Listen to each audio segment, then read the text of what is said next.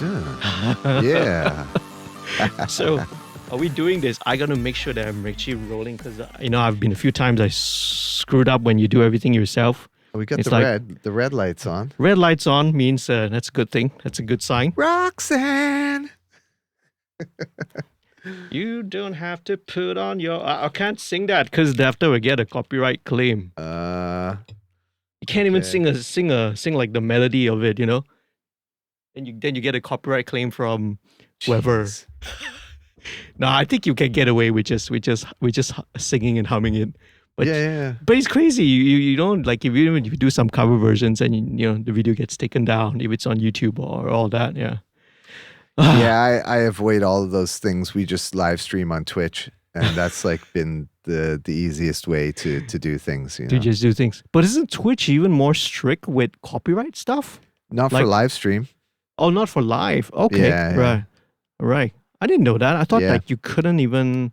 No, after like if it records, Mhm. then they basically blank out the songs. So So you end up like with your recording, but then no audio because they blanked out. Right. Like for DJs, like when we have DJ sets and stuff. Right. So live they live in. I see. Yeah. Yeah. Yeah. So far it hasn't been a problem. Okay. Yeah. They don't because like with Facebook, if you do it like repeatedly, they like take away your privileges and stuff like that. YouTube as well. YouTube will like flag you immediately. Yeah. If you're live streaming. Yep. Yeah. But I think maybe it's just like we're not necessarily broadcasting just like DJ sets. There's other stuff going on. Yep. And then part of that is, so the live stream isn't just like a DJ sets thing. But a lot of people use Twitch for DJ sets. So yeah, I mean, I've heard that as well, right?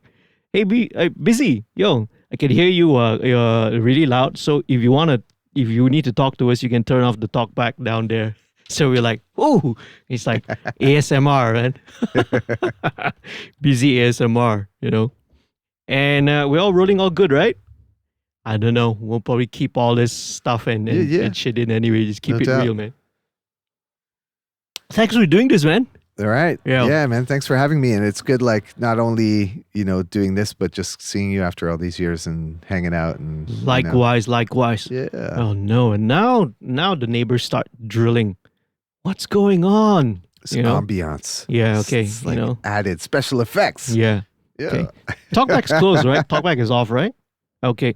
No, I can still hear you. It's like confident. Talkback is off. So now, now it's off. Hey. All right. Hey. Okay. So that was definitely coming in from the talkback. See, and then we're hearing it. So it's like, and so I love your confidence, man. Awesome. You need to have confidence. Shout out to Busy there who's helping out. Right? Yeah. Big up Busy. Yeah. So thanks for doing this. It's been a long time. Should have left you without to rhyme the step too. I knew that was gonna come, man. That was definitely. So it's I mean, obviously I'm gonna ask you like how has it been the past 2 years, but I don't think we've seen each other even longer than that. Yeah. Yeah, it has been longer. It has been way longer than that. How have been the past 2 years been? They've been like, I think, let's say pre-pandemic. I was kind of living like a quite comfortable life and was kind of in this groove of just like doing bits of work here and there, like charimakan work. Yeah. Events and whatnot. And it also allowed me some time to focus on my interests, which since 2017 were like blockchain stuff, like mostly, just dabbling into exploring the various technology that was being built. And then also trying to get involved as much as I could through various ways. And probably from like 2018 onward into through 2019. And then at the end of 2019 was really kind of like a pivotal point for me personally. That was where I had discovered about DAOs, right? I think we briefly touched on Okay, what just a before DAO that, is, yeah. but just for people listening, a DAO is an acronym for a blockchain tool that allows for decentralized governance and distribution of funds, and it basically stands for Decentralized Autonomous Organization. Right. But I like to call it Decentralized Artist Organization because we put the arts in it, you know. Right. We put the art in it. Exactly. Yeah, exactly. So I had kind of encountered this concept, and you know I'm always very community oriented. You know, whether that's creating events and platforms for community, especially around hip hop, or just you know getting myself involved in various local scenes or regional or international music scenes and collaborating. And you know that's how we initially met. Yeah, You know, that's with right. the journey way Yeah, back. Way back. Oh yeah, and you know, so I was really fascinated by this tool. Yeah. And at the time, I had kind of put my record label on hold. Originally, we had me and my ex-wife Nadira. Yeah. We had started this record label called The Movement, and The Movement was really just kind of like a vehicle for doing our stuff and doing our events and whatnot. And I had a digital distribution deal with Believe Digital. Yep. And I thought, why not then like kind of allow for this sort of crossover between the traditional digital distribution and the emerging blockchain digital distribution that was just starting to come out around that time. So that's when the idea of DAOrecords came about. It was basically using the DAO concept as a record label and then kind of reimagining what a record label could or should be within the context of a decentralized economy. And then ideas started rolling, and we kicked it off at the end of 2019. And at that point was when I really started to get into Twitter again. You know, being in Malaysia, nobody was on Twitter after like Facebook and Instagram came. Remember Kale Roblox Twitter account? Oh wow. Remember back in the day? Okay. Yes. Yeah. Yeah, so those were probably the last times like anybody used Twitter to check for Roblox and stuff, right? Busy's laughing. Now it's on Waze, you know? Yeah. Exactly. Yeah, Wow. so back on Twitter I discovered crypto art, which was like artists creating their digital art and minting them as NFTs. And then, you know, I had found out about NFTs through CryptoKitties, which was like the first NFT project that I had discovered at the end of 2017. And I actually like bought a few once I really knew what an NFT was. Do you know what an NFT is? Well, I know what it stands for. Okay. I know what the acronym is for. All you right. know, right? Well, we might as well, since you know we don't know who's listening and whatnot to describe. People are probably just like, "What the hell is this guy talking about? What is this? Look, NFT? Huh?" Yeah. Look, for me, like exactly 2 minutes ago, you might as well have been starting speaking Russian to me. You know, because these things also, you know, like really blow my mind, and you know, a lot of people's minds as well, because it's like so new. It's so different, man. Yeah. You know, well, we could get straight into that if you want to. Yeah. Well, I mean, we might as well. I can make it quick. Might as Basically, well. it's like an NFT is the closest thing you can get to a physical collectible in digital form, because you can verify the ownership, where it came from, the provenance of the item, and you actually have verifiable ownership. So in a way, it acts as a certificate of authenticity. So for example, like maybe you buy a car, you buy a house, you have a deed. Yep. Yeah, you have your registration for the car. This is a certificate of the fact that you own the car, right, or the house. And you know, this is just the same thing, but in digital form, using the blockchain. And because it's a non-fungible token, and the word fungible, I was like, yo, what the hell is this word? I mean, it's been around forever, you know, but nobody ever really uses it. It's like, you know? it's nothing to do with mushrooms or fungi. Yeah, or, exactly.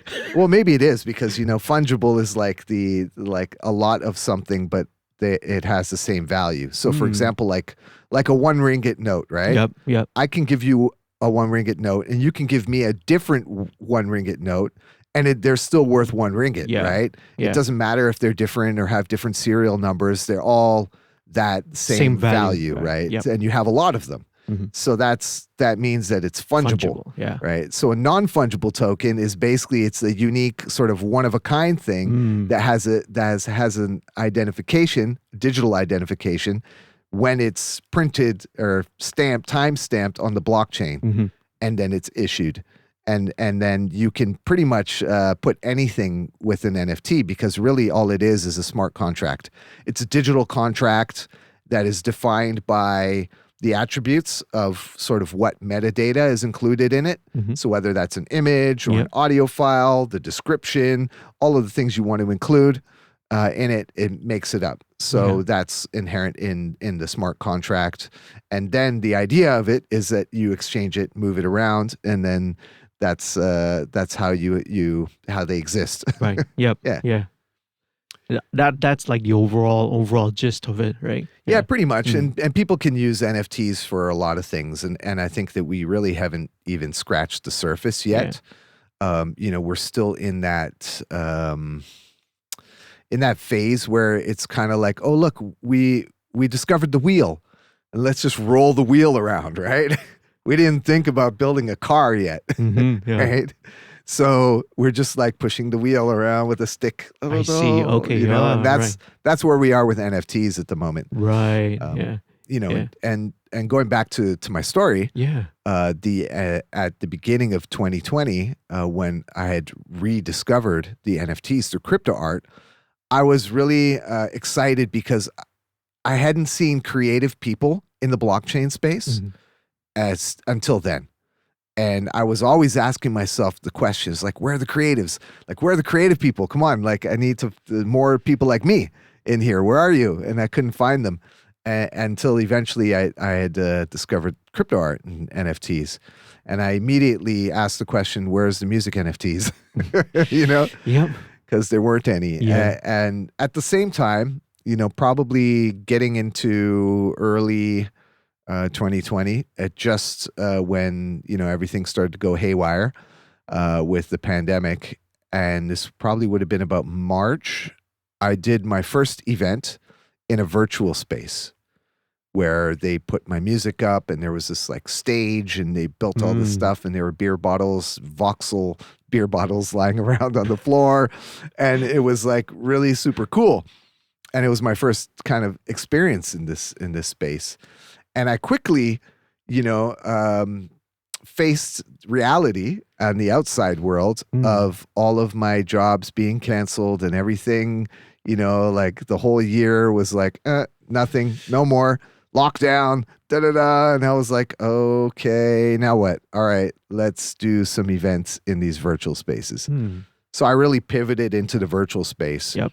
And that was kind of my last 2 years has been, until we came out of things. For me, it was like end of July 2021. Yeah. And I had spent pretty much August 2020 until July 2021 back in Canada. Yep. And I was just there like diving deep into music NFTs and trying to create music NFTs and doing these virtual events and going crazy in that world because there was nothing else to do as well. I was like in the countryside with my mom, and we were like I got my mom into it. She's all doing NFTs and stuff as well. Wow. And virtual world stuff. And so that was kind of the past 2 years for me. And it was really intense. It's like a blessing in disguise, because I think that if I didn't have this space to go into, I don't know what I would have done, and I was lucky because I had already started kind of investing in crypto, and that whole like pandemic period, it was like the bull market, everything was going up. So I managed to survive through all of that without necessarily having to, find a job or do that kind of thing. And I ended up buying lots of virtual real estate, which I started using to rent out to people and to create like business opportunities to do things. And it's, it was like kind of strange. Oh man, as far as I know, you're like a pioneer among all of us. Not just like maybe in the area of music, of the creative people. So and all these cool things that I know I've seen you post about or tweet about, and all these virtual events and stuff like that. It's always been super super fascinating to me. And like I said, I said earlier, right? I'm just like a total, I'm a moron when it comes to this kind of things, right? So it's so new. Like, how does a person, how does a creative, like, kind of get into it? How do they, dip their toes into this world, so to speak? Yeah, so like find your nearest Vandal Hmm. and and start asking questions. Yeah, just like No, this. I mean there's like um there are a lot of communities around, and they're very depending on what your interests Hmm. are. So if you're an artist or musician, you can find different communities that are doing NFTs Hmm. and blockchain related stuff. Most of it is NFT oriented, and some metaverse for events and whatnot. Hmm. But usually we're using like platforms like Twitter, Telegram, Hmm. and Discord. So Twitter tends to be the main social media that a lot of the crypto and blockchain and NFT people use. And then Telegram is more for sort of like creating groups Hmm. and having broadcast channels and managing it and having community interaction. Hmm. Discord is a bit more complex and you can do a Yeah. lot more with it. I struggle with getting on Discord and going through things. Sometimes I don't open it for weeks, and it's just like, oh my Yeah, gosh, I'm like in it's some a bit too Discord much. servers, like audio Discord servers, Yeah. you need people to like mods and people to Yes. maintain it, and Yeah.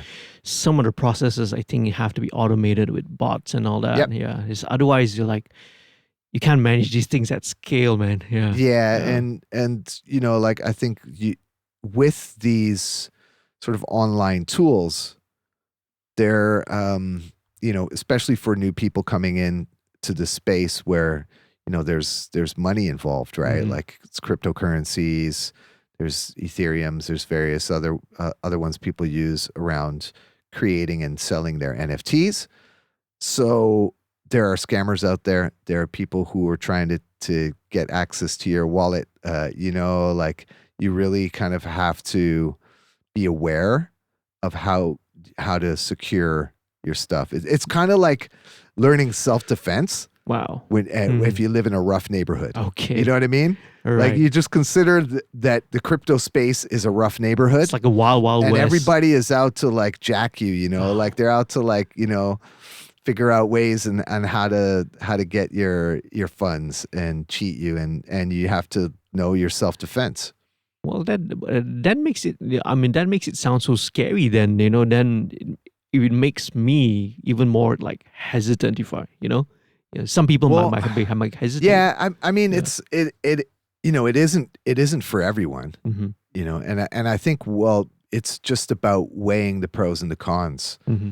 because when you're talking about like decentralization, it means that there is no centralized entity Hmm. that is there to ensure that you're okay.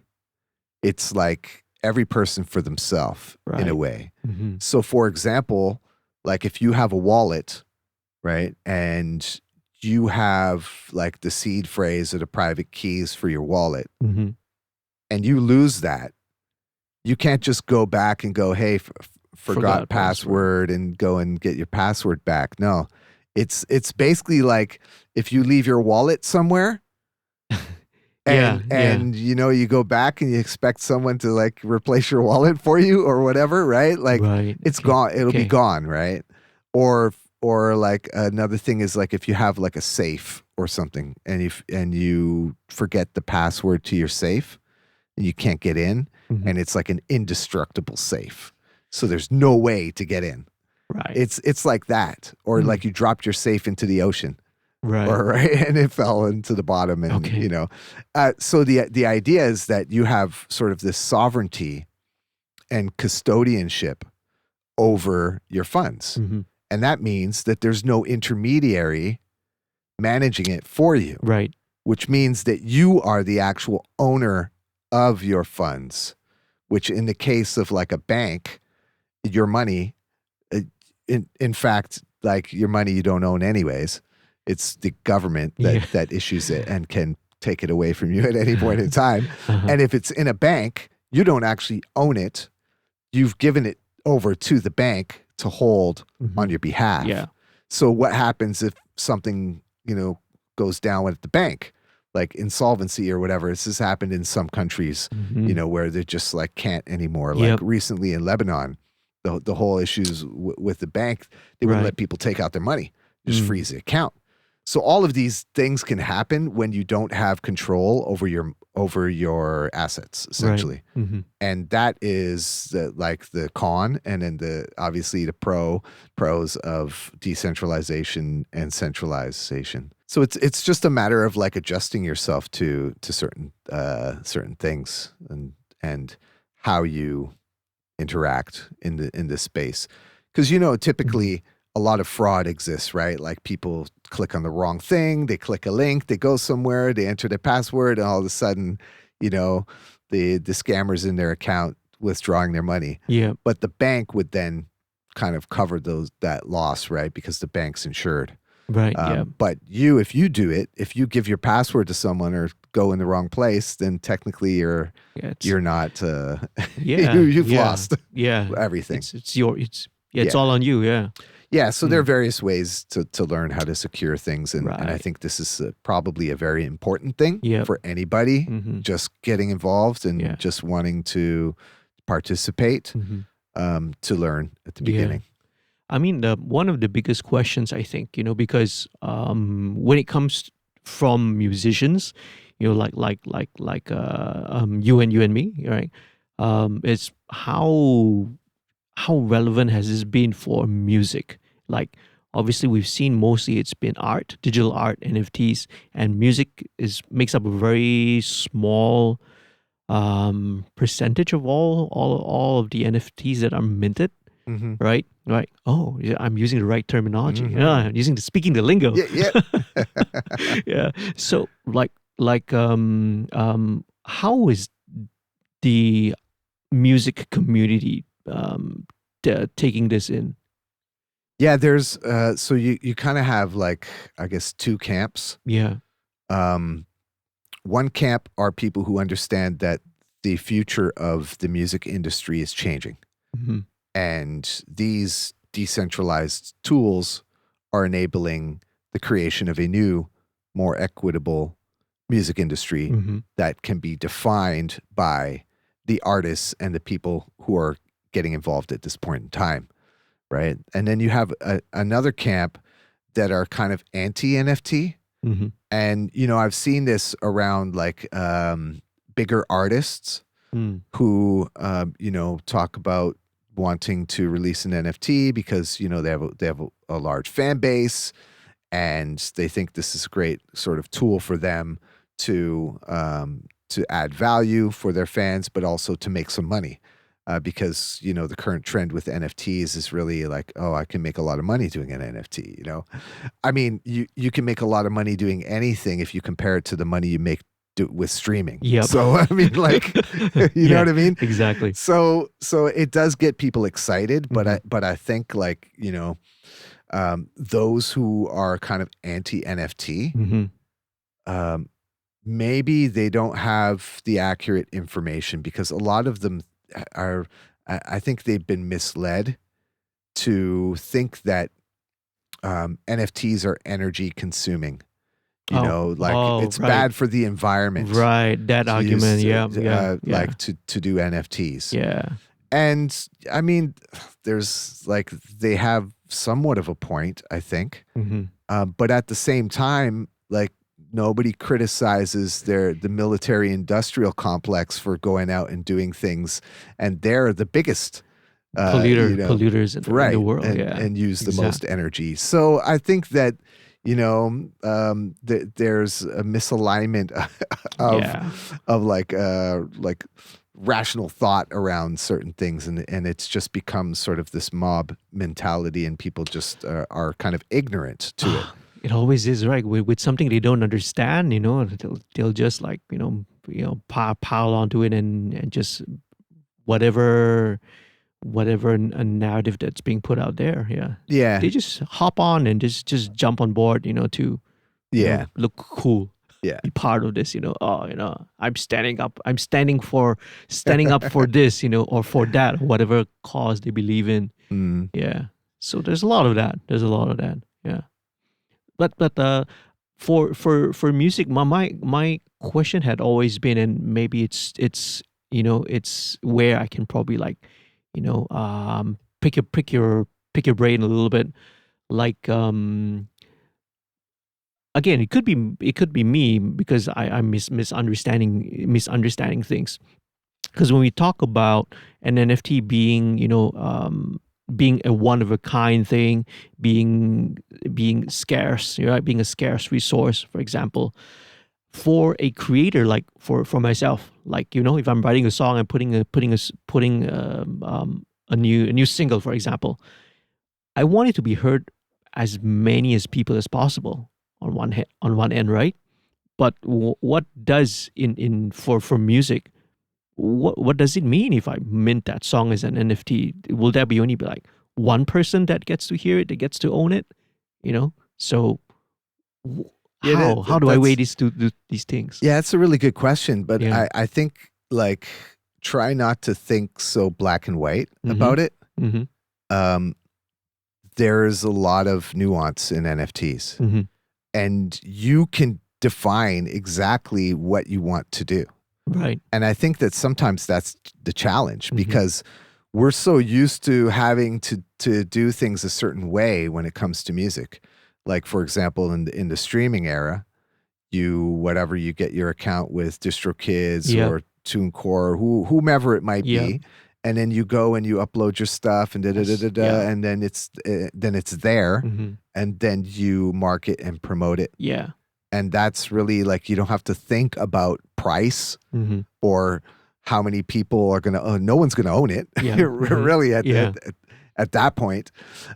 So it's sort of like imagining, creating a like CDs, Mhm. or for example, maybe like vinyl might be a better example. And to determine how many you want to do. Right. Right. So maybe you're going to do 1,000, maybe you're going to do 100. I don't know. You'll figure it out based on, your fans and, Yep. and how many people that there's demand. Right. Mhm. And then usually you would cost it competitively based on the other products that are out in the market. Mhm. And that tends to be also a standard. Right. Right. Of course, unless you're doing a very limited edition run, Mhm. and maybe it's packaged with a T-shirt or something Some, else, yeah. that then you can kind of mark it up a little bit. Right. But it still falls into this realm Room. of like within a price range, Mhm. right? So it's sort of like physical, but at the same time, because it's digital, Mhm. your cost is extremely low. Yeah. Like maybe you're paying the minting cost, Mhm. like the gas or what network fee Right. for Yep. you to then mint your NFT, Mhm. right? And then you're going to put it on sale. So you're gonna ask the question, okay, how many should I do? Right. I see. And then how much should I sell it for? Mhm. And see, this is the question I get asked all the time. Yeah. Like in my conversations with musicians, I'm they're sure you do, like, yeah. and I'm onboarding, and Yep. they're interested in maybe releasing tracks with DAOrecords, or we're just having the conversation because I like to talk to people and help them in their journey. Yeah. So that's kind of like 80% of the people, I would say, ask me those questions. And I'm sure that's where I want whoever the audience on my channel, my audience, whoever's watching this to sort of know that information as well. Yeah. And so, okay, so at first I was like, I based it on our previous sales. Mm-hmm. And because a lot of sort of the formula or models for releasing NFTs come from crypto art, Mm-hmm. which tend to be one of ones, Right. right? Yeah. Is that we started just doing one-of-ones. Mm. And then some artists wanted to have a few more and reduce the price a little bit, Right. to allow access for more people. Because, you don't really know like who's buying your stuff, or because it generally like this crypto market is not your actual fan base. Right, It's not the average person who's streaming your music or buying your CD or coming to your show. That's one of the thoughts that always go through, I'm sure, a musician's mind, when you're thinking about, putting out my music as this, who are the people who are going to buy it? It's because as again, from my understanding, a lot of it is within that NFT community. Yep. Yeah. So again, maybe it's just a different way of thinking, right? Yeah. The musicians always think, but what about my fans? It's like, here's the thing, right? There's that. Therein lies the opportunity. If you think about it. Yeah. Now, if you're looking at NFTs strictly as merchandise, for example, like, it's just a thing people collect, or like it's an item and it's a one-off essentially, right? Like merchandise tends to be just a one-off thing. Then you're kind of limiting your scope, I think, personally. I think NFTs can evolve into like access passes or provide various utility to the holder. So for example, like membership or whatnot, who knows? Maybe the holder of an artist NFT will receive like random NFTs from the artist, or will be invited to a private show, or have an opportunity to have like an AMA in a closed environment, maybe in a virtual space. These things that, like a that one-on-one add value. Yeah. And that's where people are really trying to discover what to do with NFTs, because simply just issuing them as merchandise, there isn't really sort of any long-term benefits, especially for the holders, right? So, I think that an NFT is part of a story. It's a chapter in a story. And if you're writing the story, you probably know the ending already, in a way. So you're able to then craft this narrative and use the NFTs as to get to the end of that narrative, and maybe even beyond, as you kind of come up with more ideas and more things to add into it. And so in that case, you're wanting to, give more thought to how you release an NFT. It's not going to be like I put a track up on Spotify and boom, and I promote and market, and then next week I put another one up, because that's what Spotify wants. Spotify wants you to continuously boom, boom, boom, boom, boom, and engage and get the algorithm going. And who does that really benefit in the end? Spotify. We know. Right. Yep. Right. So we need to get out of that mind frame and into this mind frame of like, what do you have to offer? What is it? Why do I want to be your fan, other than purely just maybe enjoying your music? But why will then I pay for this NFT, right? And I think that's the question a lot of the fans are going to ask. Well, for one, I don't really understand. For two, what am I going to get? What is this? Like, what comes after this? Like, what kind of benefit is there? And I think it's up to the artist to first learn about the technology and how to use it and what they can do with it. Then come up with this campaign or whatever it is, right? Like a quest. I don't know. You're writing a choose your own adventure book or some kind of like using your imagination to really create this narrative for your fans, and then onboard them. And that is when you can kind of build your own ecosystem, because once you have your own ecosystem and your own economy, and it's not controlled by intermediaries, you have a direct relationship with your fans and supporters, then that you don't really need a lot of people to sustain. And then you're able to really like add a lot more benefit, involve your community into the creative process, involve them in various aspects of managing. Maybe you need a social media manager. You draw from your community. Maybe you need someone at Discord mod, right? Yeah. You draw from your community, Yeah. and then you empower them, and then you give back, and then there's incentives. Yeah. And I think that that's really the best way to approach NFTs. Right. It's kind of like, remember the concept album? Yeah. Yeah. It's like a concept Yeah. album, right? You come up with the concept for the whole album, Yep. and then you start to write and create the songs, and then you have They the all skits. have a story. They have a narrative. Yeah, and then you do the skits and interludes that go and connect them all, Yeah. and then people go and they listen to the whole thing. Mm-hmm. Well, an NFT is a track in a concept album, in a way, if you think of it, right? But there's a whole lot more to it, because you've got virtual spaces, you've got NFTs that you can use as merchandising to give to people who buy your main NFT, or maybe you sell a package thing and they subscribe to you, like a Patreon. There's so many different ways that you can approach using NFTs as an artist. Wow. Okay. Yeah.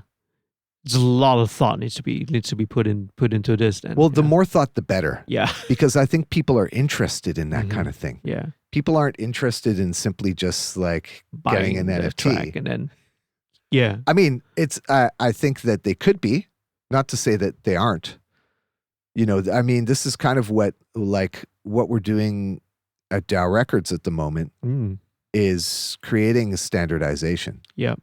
So what we're looking to become is like a combination of like WordPress or Wix and iTunes. So iTunes was the first to standardize the MP3. Yeah. Right. The MP3 was this wild thing that went and flew across the internet from hard drive to hard drive. Yep. And there wasn't really any like, oh, what do I do with this MP3? Oh, I put it in my Winamp or whatever, right? Like, that kind of thing. Yeah. And then iTunes came along and they were like, well, an album has 10 songs usually, and so the average price of an album is $10. So like 99 cents a track. 99 cents an MP3. Yeah, let's do it. Yeah, 99 cents makes sense. Yeah. Yeah. So that's kind of how they came up with this sort of standardization. And nobody's really kind of moving in that direction for music NFTs. And our goal is to kind of keep things cheap. Right. For people. So it's easy for artists to onboard. And more so, like, it doesn't necessarily have to be sort of these one-of-ones that offer a lot more value to artists that, maybe are like, artists I think can do that on anywhere they want. Like there's so many different tools you can use NFTs for a whole variety of things. But we want to kind of be that place where artists will come and mint their whole back catalog. Labels can come. Set up a page and have their whole back catalog on there, and anybody can buy it at any point in time. So that's sort of our approach currently. And then of course using the Metaverse for drop parties, which we're doing. Like currently we've got a thing called Soundsplash. Which is a weekly NFT release. And this is the alpha launch for our platform or launchpad, if you want to call it. And each week we do a music NFT drop featuring a different artist. And it takes place in CryptoVoxels and another metaverse called Reality Chain, like 2D verse. And then we broadcast live via Twitch. We have interview with the artists. We do like a short little AMA at the beginning where I talk about, DAOrecords and Soundsplash. And then we have like a guest DJ spin. And then this is like a pool party in our metaverse space where people can come and they can watch it live. Like it's not available anywhere else after. This is just like an experience that you can come and have, So we're in week 7, coming up tomorrow. Tomorrow, 22nd of June, 10 p.m. Eastern. Right. is our next one. So we're doing every Wednesdays. That's going to be like Thursday morning for us here in Malaysia. Right. Yeah. By the time this comes out, it will probably be either end of July or or like early August actually. The way I'm scheduling it. Okay. So Yeah, no So problem. by then it would probably be like week. Yeah, we'll be done. Our last week is 27th of Of July. July. Yeah. And then in August, we're going to be launching our public or our private beta. So that means that we'll be partnering with different labels and projects Mm-hmm. to then, create customized drop pages Yeah. for them, and then sort of announcing these partnerships with a sort of a launch party Phew. thing. That's a lot of stuff, That's Yeah, a lot well, of I got to things shout going out my on. team, man. Yeah. Like I'm not doing this all alone. Yeah.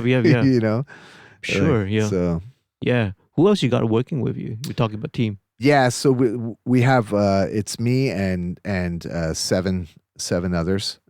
We've got Tech One in Singapore, who's handling a lot of the graphic design, social media stuff. Sleazy Moss here in Malaysia, who's managing our Discord. Then we have Major One, who's doing the A&Ring, so getting all the artists in Right. and managing that for our events. And then who else did I miss? Paul Kranz, who's based in who's Polish in Poland, and he's sort of project manager and kind of really like the second Vandal.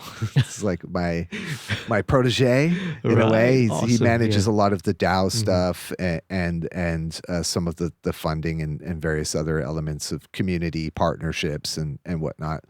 And then we have Lena, who's in New York. She's our product designer, so she handles all like the look and feel of the landing pages where people buy their NFTs, and of course the DAOrecords website. And then we have Peter and Vibehav, who are the programmers, developers. Peter's based in Hungary, and Vibehav is based in India. Yeah. So that's us now. Currently, that's maybe by the time you're listening to this, we've grown a little bit because we'll be at that point looking at securing our next round of funding to then take the project to the next level. That is so awesome and exciting, man. I mean, I've said it's mind blowing, and it takes everyone a little bit. They got to take a deep breath and to digest the width and the breadth of all this information to take in, man. So it's like it's got to really slowly dip your toes into this. Yeah. Take your time. I mean, sometimes it's really easy to get overwhelmed. Yeah. Because of the amount, like I feel that way every time I read an article about. Yeah, so you kind of have to pace yourself and really look for information or tap into a community that is directly related to the stuff you like and want to do. Yeah. The other thing is like the rabbit hole. Like when you fall into the rabbit hole, it can be really consuming. And all that's on your mind is NFTs all the time, and you're like, oh my god, and then the brain explodes, right? That's what I'm afraid of. Yeah. But don't be afraid. let your imagination go wild. I think that's the beauty of it, is that it can become very inspirational, because you realize that, like, holy crap, like I've been like get involved in music industry stuff, and it's just been like the boring, same traditional, and it's not exciting, and you get jaded so easily because of the way that it works. Yep. And then here's this new thing letting you dictate how it is and how you want it to be for you. Yeah. It's like you're crafting your own music industry. And then because you've been involved in the music industry for a long time, you have a lot of knowledge and understanding of how things work and from or how things don't work, right? Yeah. And then also from the label side to the artist side to live performance, the studio, and all of these different things. So you have a wealth of knowledge that you can take and you can mold into the next phase of you or whatever you want to do in this space, and then present that. Just kind of come up with various ideas, test things out. It's just it's a lot of fun because we can experiment again. And that's really what's exciting for me personally, is this ability to experiment. Like we haven't really had that before.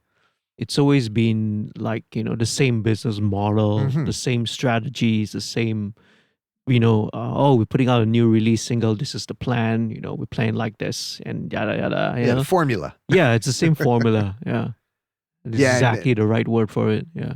yeah, and now we have this opportunity to connect with people around the world. Like the analogy that I've used is MySpace. Yeah. So when MySpace came out, and you could go and explore and find music from artists making the same kind of music as you were doing in different parts of the world, Mhm. and then you can listen to it and you can message them, Mhm. and then the opportunity to collaborate Yeah. comes about, right? Mhm. This Yeah. is like that again. This is like the new MySpace. It's like I this see. international community that's all like the backbone is collaboration and community and working together and doing things and doing cool Yeah. stuff. But now you throw in the developers Mhm. and the coders into the mix. Right. So now you can access like a developer with an idea, partner with them, and then boom, you have something. Mm. And then next thing you know, someone wants to throw in some money. Like there's lots of money being thrown into the space by various investors because they think there's going to be the next Facebook or the next Google or the Yep. next whatever is going to come out of this. So people are just putting bets everywhere, Mhm. and there's a lot of money being invested. So even projects that might not even last have the opportunity of getting funded. Right. Yeah. So there's that wasn't available before Mhm. to artists. Right. Yeah. You know, Is this something that's different for, let's say, someone who's like a new artist versus someone who's like an established artist? I'm definitely asking this, right, for my sake and my benefit, because, well, I've worked with both like established and also new artists as well, and I think the frustrations always, especially for new people, is how hard it is to sort of get attention and to get any sort of, in this day and age, in this sort of climate lah, right? Yeah, it's hard for anyone new to get their music out and be noticed anymore. There's so much noise out there. Yeah. Yeah, you're right. There is. Maybe because the expectations are too high. Yes, I do. And they're only high because they need to be in order for the artist to sustain. To recoup back a little bit of money. Because and all if that, all you're doing is relying on streaming, yeah. there's like everybody's broke. Yep. You know what I'm saying? Like you're not recouping No. the cost. Yes, exactly. So you're constantly trying to push to get that, and then all you're really doing is spending money on like ads, social media ads to get there, or playlists. Yeah. Right? So you're spending money to make money, but you're probably not even going to recoup that money. Yep. I mean, you might. Like, I'm not saying that, but the majority of people are not. Yes. And I think there's the other side of that is now it's so easy to make music. And I think the bar is pretty low. Yep. To be honest, like if you listen to a lot of the pop music, like the quality of lyrics is dropped. Pretty much anybody can make a hot beat. Not saying that it's that easy, but the tools are there. Like you can just do it on your phone even. Yeah. You know what I mean? Like, so it's like anybody has access to these creator tools. Yeah. And it's great for the platforms. Yeah. More creators. Yeah. You More. can be a creator. You can do everything for More. your career. It's like more content in the catalog. Yeah. Right. Yeah, exactly. Yeah. So that's sort of like the new artist coming in. Yeah. In that atmosphere. Yes. It's like daunting. Yeah. And maybe some of them are just hobbyists to begin with. Yep. And not really serious musicians.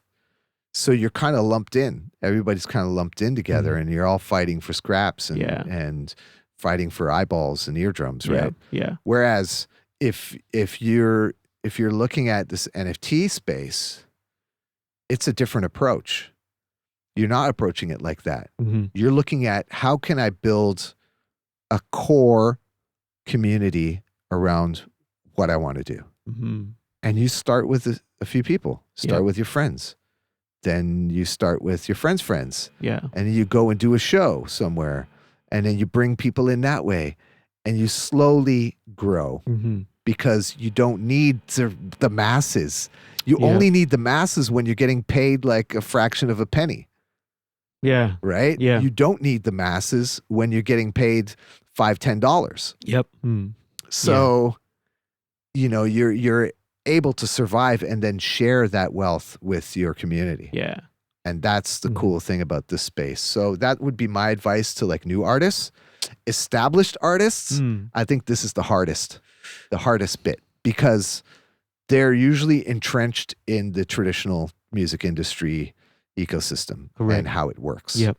So they're so in that space, for them to think outside of that box is difficult. And to think outside of the box and act on it means that they're kind of moving away from what they've just been doing for the whole time. And that change can be a bit unsettling. Yeah. Then the approach to doing NFTs tends to be like the same approach to doing like traditional music releases. So it's not innovative at all. Right. Yeah. Really. They're You're just like, trying to reach out to as many people as possible. Yeah, and they're merchandising. And they're not really adding any value. And, right. It might be something that, they do an NFT or two NFTs and then that's that. But maybe it works for them. It might work. Yeah. It could work. I've seen it fail for big artists. Big artists releasing NFTs and nobody's interested. Oh, okay. Right.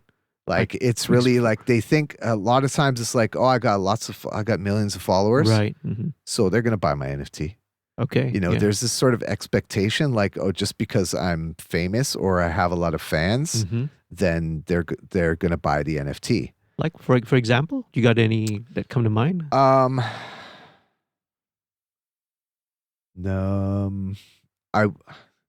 did have an example. I forgot at the moment. But like it's just like I think why did it fail? Because their fans are not in the space. Right. Their fans don't have wallets, and their fans are not going to spend a couple of $100s on an NFT.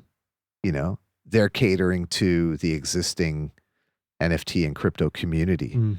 And because that existing community is somewhat savvy around NFTs and what they have to offer, and they just see it as a money grab. Right. They're just like, meh. Okay. Yeah. Not interested. I see. Yeah.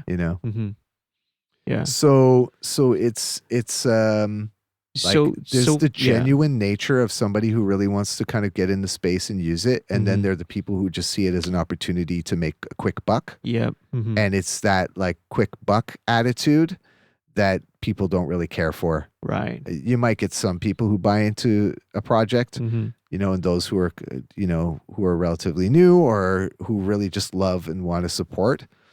But in general, like, the artists who've been around for a while, I think that they're too tied in to the industry. Yep. And labels are like, you've seen this before. In the .com bubble and like moving into like Web 2 and the different medias, is that they're dinosaurs. The labels are dinosaurs, the traditional labels. And they will try and attempt to pivot somehow, some way I to think do they things. are, right? Some of them are. Yeah. Some of the big are trying to like. Yeah, but they're going to do it in their way. Mm. And it's not a decentralized way. And inevitably, they're not going to succeed. Okay. They might like get a short win and be able to do something. And then probably what they'll end up doing is buy a company that's already like, in there and then just kind of use that as a vehicle. Right. Right. So I don't feel like they can maneuver quick enough. And I don't think that they're willing to sacrifice their business model to change. They've never been. They've always been the slowest to adapt and to talk about obviously MP3s. Yeah, they were just so slow to. But eventually, when they came around it, they still kind of took it over anyway. Yeah. Yeah, You and know? I mean, it again. It comes. I think it comes down to ownership Mm-hmm. of the music and Yep. who Mm-hmm. owns it. And you see, like recently, over the past couple of years, there's been a lot of catalogs that have been sold off, like publishing Yeah, that's from right. artists have been selling their Yep. publishing off to like venture capitalists. Yeah. You know, I've seen that. VC Yeah. firms are buying up all these rights. And then you ask yourself, why? And I think this does have to do with the future of music and NFTs in a way, because the back catalog is gold. You know, it will exist forever. It Mm-hmm. will always be generating some kind of income, Yeah. you Mm-hmm. know, over it's everlasting music. We know that. Mm-hmm. So there are always opportunities to exploit the IP. And, you know, that's why this generation, or the new generation of independent artists who own Their their music. Yeah. music and their catalog, are going to be the ones that are really going to make the greatest impact. And our focus is not now. Yeah. Like now, like I said, we're still pushing around the wheel trying to Yeah. figure out, oh, this is fun. We haven't even thought of the car. Yeah. So I'm waiting until someone thinks of the car, or I want to think of the car, Yeah. and then start building the car. Yeah. You know what I mean? And then this is a process. Like we're looking at 5 to 10 years, at least my outlook in terms of onboarding and masses and having, new layers of artists. The next generation of successful artists globally Mm-hmm.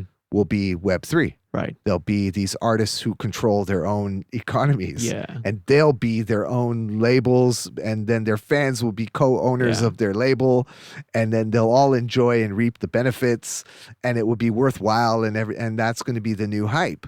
Yeah. I mean, eventually it will get there. Yeah. But now that, the technology needs to iron itself out Yeah. and be a better vehicle. It needs Right. to be the car, Mhm. essentially. Yeah. I mean, it's always been the holy grail of any artist or creator to just have that direct relationship with your. Well, we used to. Yeah. That's the thing. Pre-streaming. No, even if you go back to, let's say, back in like the medieval times or Renaissance, Beethoven would have someone Patron. a patron, and they say, "Oh, you just write this for me, and I'll pay you Yeah. for this," and you give them the music, or they Yeah. commission an opera. The emperor commissions an opera for Mhm. for this, and you get paid directly. Yeah. It's like that. And then, in, I guess, maybe the vinyl days, Mm-hmm. or even up until CDs, even, artists still had that direct relationship with Mhm. fans. Mm-hmm. Is merch. Like Yeah. all of these things you do shows. Yep. You're not really making money off of radio. Like radio Yeah. wasn't a thing that was paying. No, not really. So you did shows. Yeah. And that's where you connected with your fans. And that's how you had to have a fan base. Mhm. And they come to the merch booth and you signed a poster for them. You have a meet and greet. Mm-hmm. That's what artists used to do. Yeah.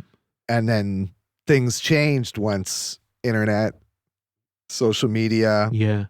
streaming, and then there became a disconnect. You could obviously reach a wider audience, Potentially. Yeah. but Mm. you lose the direct relationship. Mm-hmm. So that was I think the trade-off Right. in a lot of Yeah. ways. But then the value of music decreased and decreased and decreased. Exactly. And yeah. now we're rediscovering what that value of music is through NFTs. Right. So this is, it's a chance for creators to sort of get back to where, and like be the own custodians of their own music, their own Right. career, and their relationship with the fans. Yeah. Okay. And that's what I would tell all the like artists who've been, in the industry for a while. Yeah. I would tell them that, because I'm pretty sure a lot of them know pre-streaming Yeah. what the value was in having a direct relationship with your audience. Exactly. Yeah. Yeah. They know that. They need to remember what Mhm. that was like, I think, and then rediscover that and work back towards it. Yeah. You know? Yeah. That's great, man. That's awesome. Yeah. I've always selfishly said to everyone that I do this little podcasting for myself. It's like, it's like I want to talk to different people and of across all different topics and sort of learn everything. It's like, and I mean, you've always had some of your events and some of your workshops and stuff like that.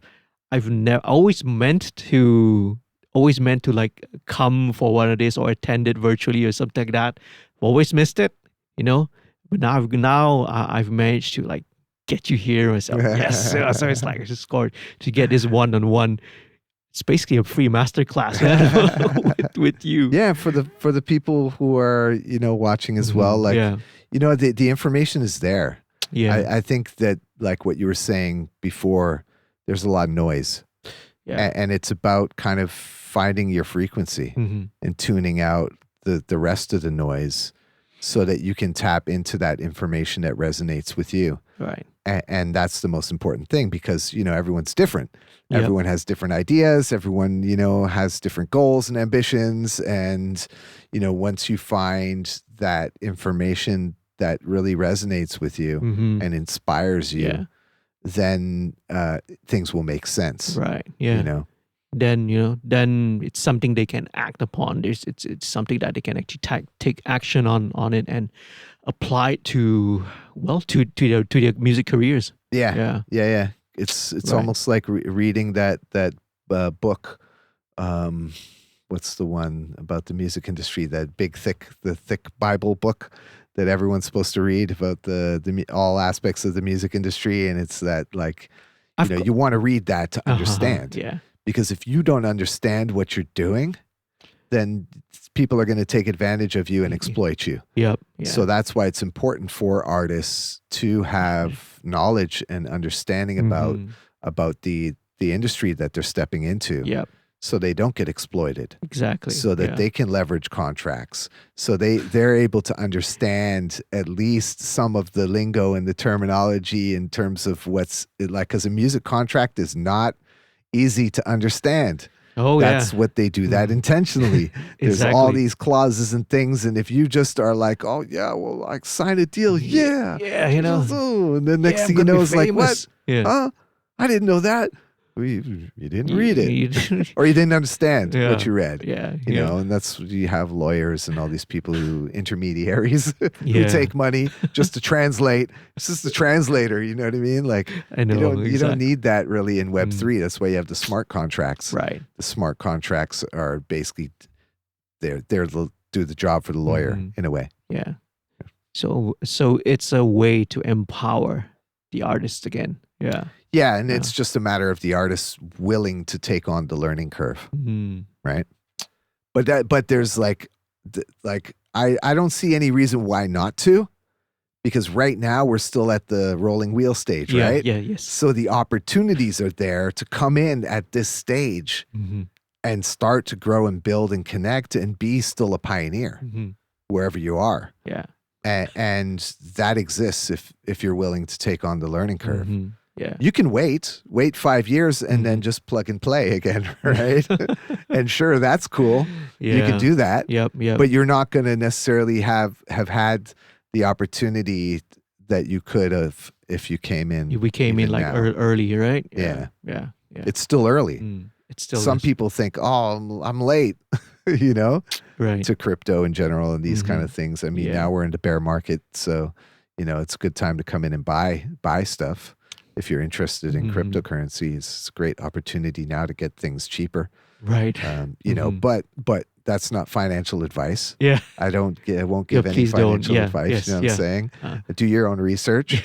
It's a good thing to do. It's those disclaimers you always read in those investment plans. Oh, well, no, Yeah, this is not exactly, bad exactly. financial. Please consult your accountant, your financial advisor. I mean, if it was financial advice, you'd be paying me. Oh yeah, exactly.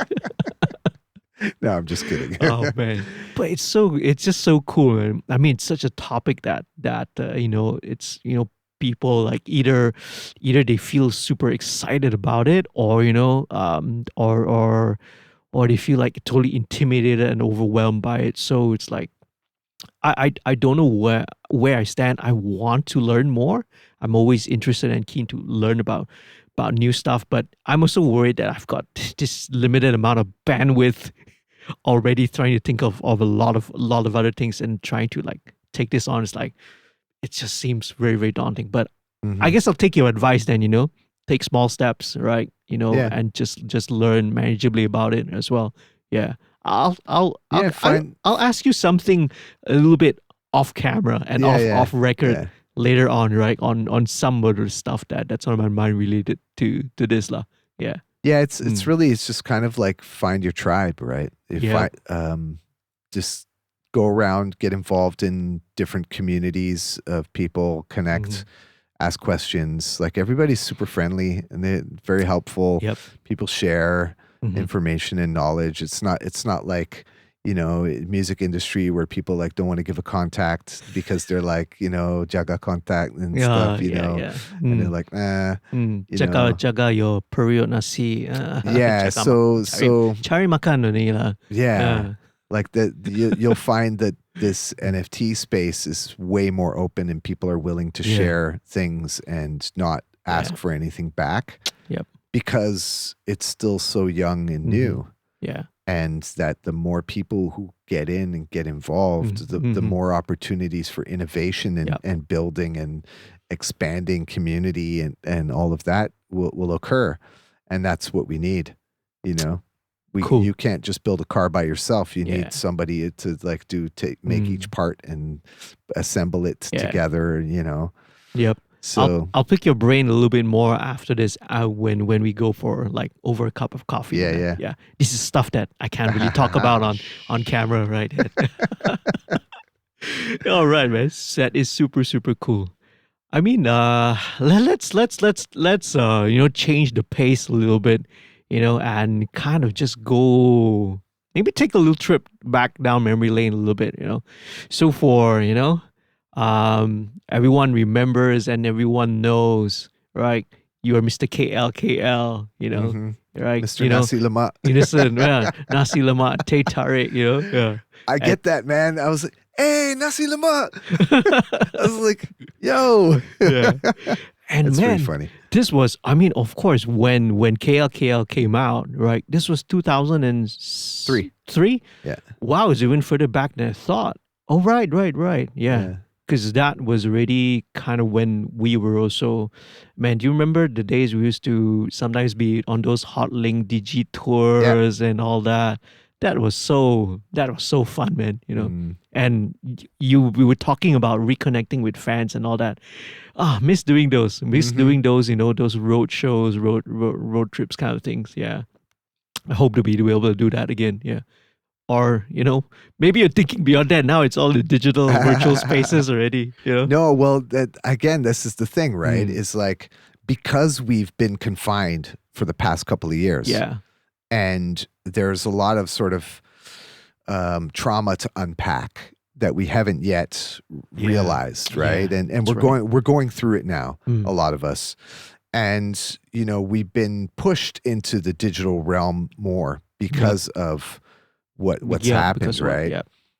And I really feel like the next level for NFTs and for Web3 is its integration into the real world activities that people do, right? And the communities that we exist within. The broader online communities are great. Like, I think we need that as well. We need to have the opportunity to learn about other people in different places and make friends and have collaborations and create sort of a global community. But at the same time, we can't neglect our existing physical community. Yeah. And I think that, this is something that I personally have kind of put in our roadmap with DAOrecords is to establish, regional hubs, these physical spaces, these community centers or creative centers where artists can come together. Maybe it's a network of studios, like co-studio owners, co-studios, whatever. Like people can just use. You get a pass, and I don't know, like things that happen in the physical space allow for the learning process to speed up. Right. Because if you don't know getting information online, you don't know which information, maybe you get fed the wrong information. It's too much. You got to like go through and sift through everything, and it can be overwhelming. Yeah. You know, if you come and we sit down, like we have this conversation, right? Yep. And we're here, or we go yum cha and have some coffee. Yeah. Like that's where it happens. That's where the community forms. Right. Yeah. And I think bringing it back to IRL is what needs to happen. And now you're able to have this convergence of both IRL and Metaverse. virtual. Yeah. And that's what we've been working on, you know, having that sort of immersive experiences, and then creating these immersive experiences for people as something fun and new, you know, and that's where it's at. I think that will also make it a lot more easier, more accessible, because once you're able to put in the actual, you know, on ground, in person kind of experience into it, then okay, it's easier to connect this and that, because obviously for the past years we've all been isolated and everything. So that's exciting as well. And I'm totally bullish on that, especially in a bear market. Like you know, people aren't hyped, and they're not at this moment, right? I know you're getting more quality over quantity now. I think it's great for onboard, getting new people in, because prices are low, and then they have an opportunity to benefit later as the prices go up again, if they ever do. Who knows? I mean, it's crypto, right? Yeah. Like it could go to zero and die tomorrow, all of it. So my advice, and it's not financial advice, but it kind of is never invest more than you can afford to lose. You know, I think that's just a standard thing. Like, you know, you don't want to put your life savings or anything into this thing and then lose it. Yeah, like even getting all buying into the FOMO and the hype, you know. So, and then the other advice would be like sell high, buy low. You know, the typical things where you don't want to be like selling at a loss. Yeah. You know, don't do that. Yeah. You know, anyway. That's real cool. So, back to that, 2003. Okay, 2003, and then you know, you of course, we did that track together. We did Journey. That was 2006 and 2007. Yeah, because that was when we put that album out. You know, but that was a cool track that we did together. I mean, and you've collaborated with so many people, right, all over the world already. But you know what's still my favorite line? That it's on a track that probably no one has ever heard. You know, it's on that the Skaters Anthem remix, that sort of live-ish track we did. You know, because you put that line about with us. No, that's Journey. Oh no, that's Journey. What was the Skaters Anthem hook? It again? was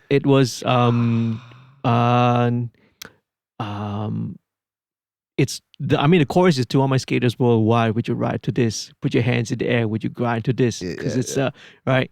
Yeah.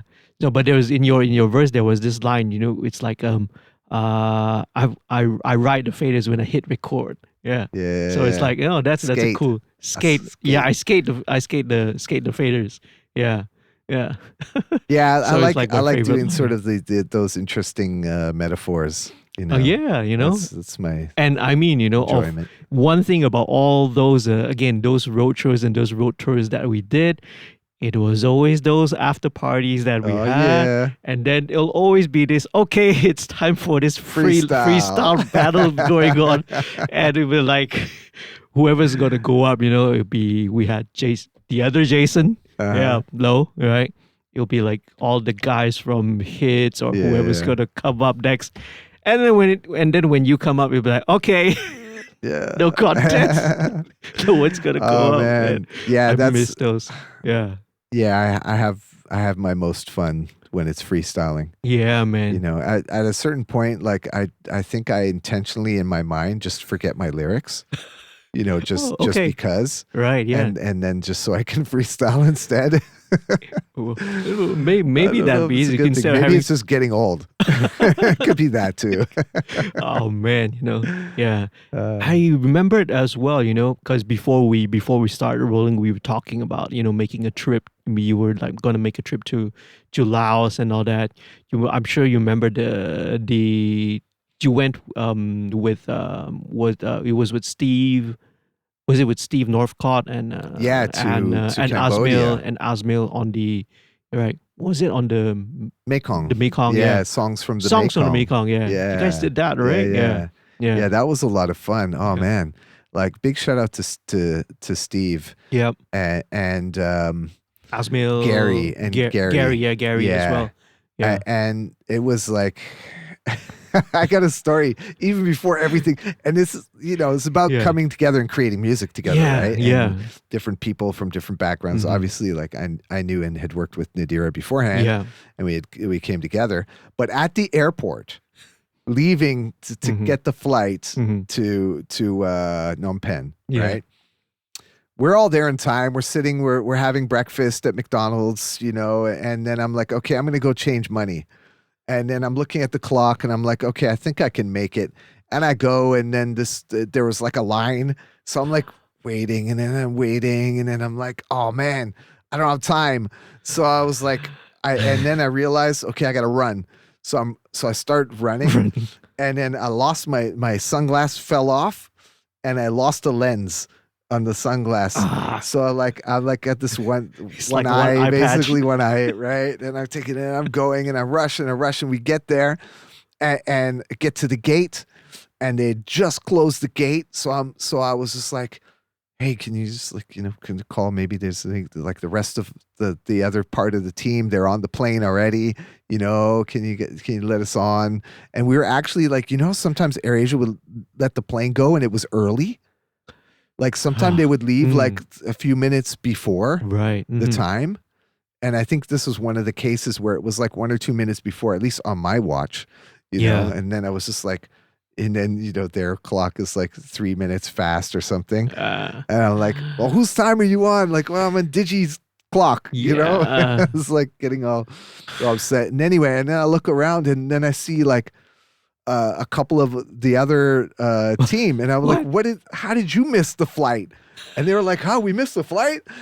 And so I think there were like 3 of us or something there, and then we made the first song there in the airport, and I went and I recorded the person at the counter, because I was like asking them, and then they were like, whoa, and then recorded the PA system, right, made airport, the first beat. Yeah. Who else didn't make it on that? I think it might have been Kira, Mhm. who was a photographer. I think it was Kira, myself, and Nadira. Yeah, because So it's Nadira like- was like with me when we were changing money, Oh, and then we ran back, and then we didn't get in. oh Didn't get on. man. Yeah. Yeah. Yeah, I mean, Steve has posted all those videos of the stuff that Yeah. shout out to Steve and Gary. Yeah. Yeah. Yeah. I hope to be able to talk to them, because working with them also was super cool, super fun, Yeah. Yeah. Fun bunch of guys Yeah. Those guys are to cool. work with. Yeah. Yeah. So bring it back now to like what's in store next for for you, for what you're doing with DAOrecords and all that. Anything upcoming that you can can share, that you can So well, more relevant to where we are, Yeah. and I think just in time, probably, if this is going to be end of July, early August, podcast premiere. Hi, Yeah. everyone. Then there's an NFT conference, the first one in Malaysia, called Minted, Mm-hmm. and it's being put on by the Livescape fam. Right. Shout out to Iqbal. Okay. Right. And I think I'm still keynote for both music and Metaverse.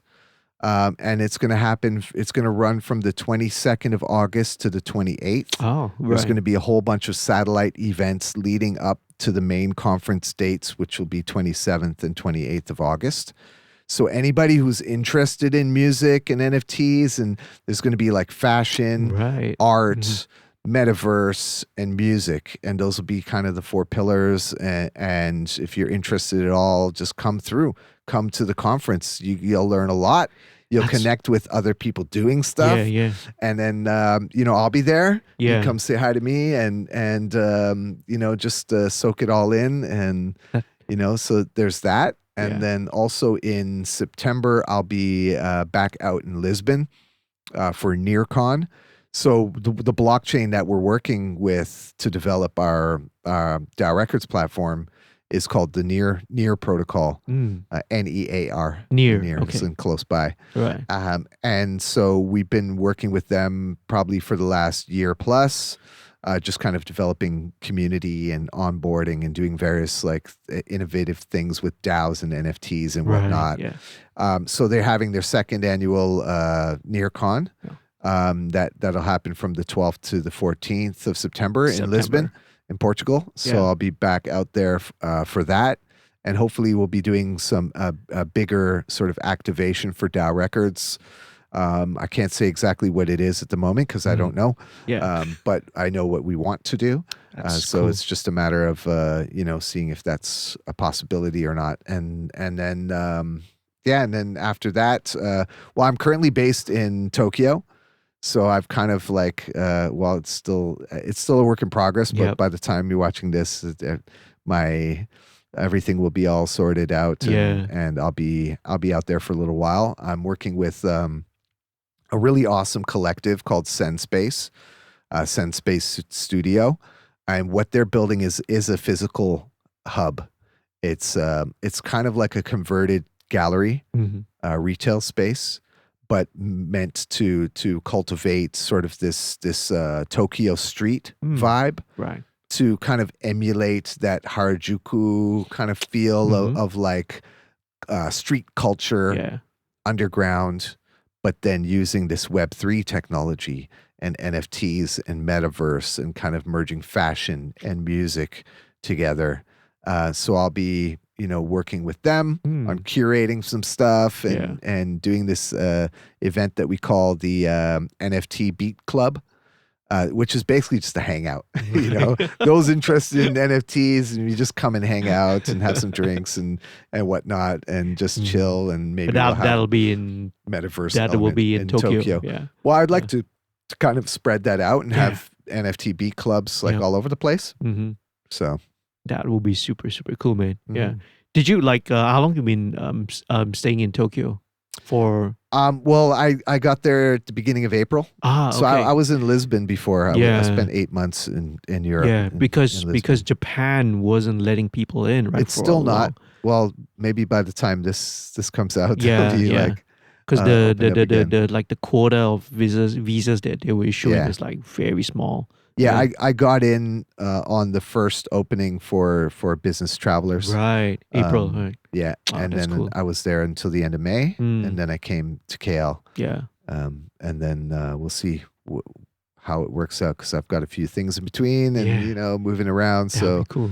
Working out those details. But and this will be perfect, man. So it'll come out like probably first week of August. Like I'll schedule this for about second week of August, so it'll be perfect for that conference Minted, right? Yeah. Do you know where is it going to be? Yeah, KLPAC. KLPAC, right? Yeah. Oh, okay, right. Yeah, it's going to be a big one. Right. Okay. Yeah, they're creating this NFT tunnel, which is going to be really cool. So they're going to have like screen displays at like the tunnel will be like just a bunch of screen displays all the way through with NFTs on them.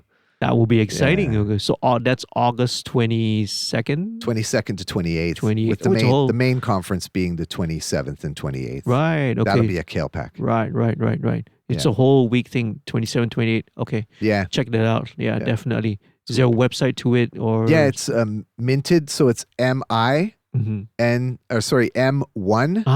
NTED. So minted, but the I is a 1. Okay. Yeah. .Asia. Right. Okay. Yeah. So definitely we'll check that out. This will be perfect, man. Yeah. Awesome. Let's wrap this up, man. It's been like super cool. I mean, we could go on. There's so many stuff that I could just talk with you about and sort of pick your brain on so many different things and so many different matters. But how if anybody wants to reach you, how do we reach you? What's the best way? I'm on the same number I've had forever. So those who know it, it's the same. But you don't want to be giving all your number out. No, but I mean Yeah. those who know me and might have had my number at some Yeah. point. I haven't changed it. Yeah. I'm all like Van Digital everywhere. So the digital Vandal. Van Re- Digital's yep. like all my socials are Van Digital. Van Digital, all Yeah. on all that. Yeah. Yeah, you can go to DAOrecords.org or DAOrecords.io Mhm. and then check that out as well. Yep. Definitely. Yeah. I'll leave all those stuff later down in the description. Awesome. Yeah. Thanks so much, man, again for doing this. You know. Yeah. You know, it's an opportunity for me to not only just catch up with you, but just speak to different people. You know, I mean, I've spoken to both peers. You know, I've also spoken to like people who are considered senior lah, in the industry lah. You know, and all the otai. You know, all the otais. I spoke to like newer, younger people as well. You know, so it's just cool to sort of reconnect again, right, with everyone. And hey, man, I mean, you were there during the same time when we were in the music industry around during that same time coming up. So a lot of good memories. Yeah, a lot No of doubt. fun times and good memories as well. Yeah. Awesome, man. Yeah, thanks again. Hey, thanks Right, for so having me, JD. yeah, bye everyone.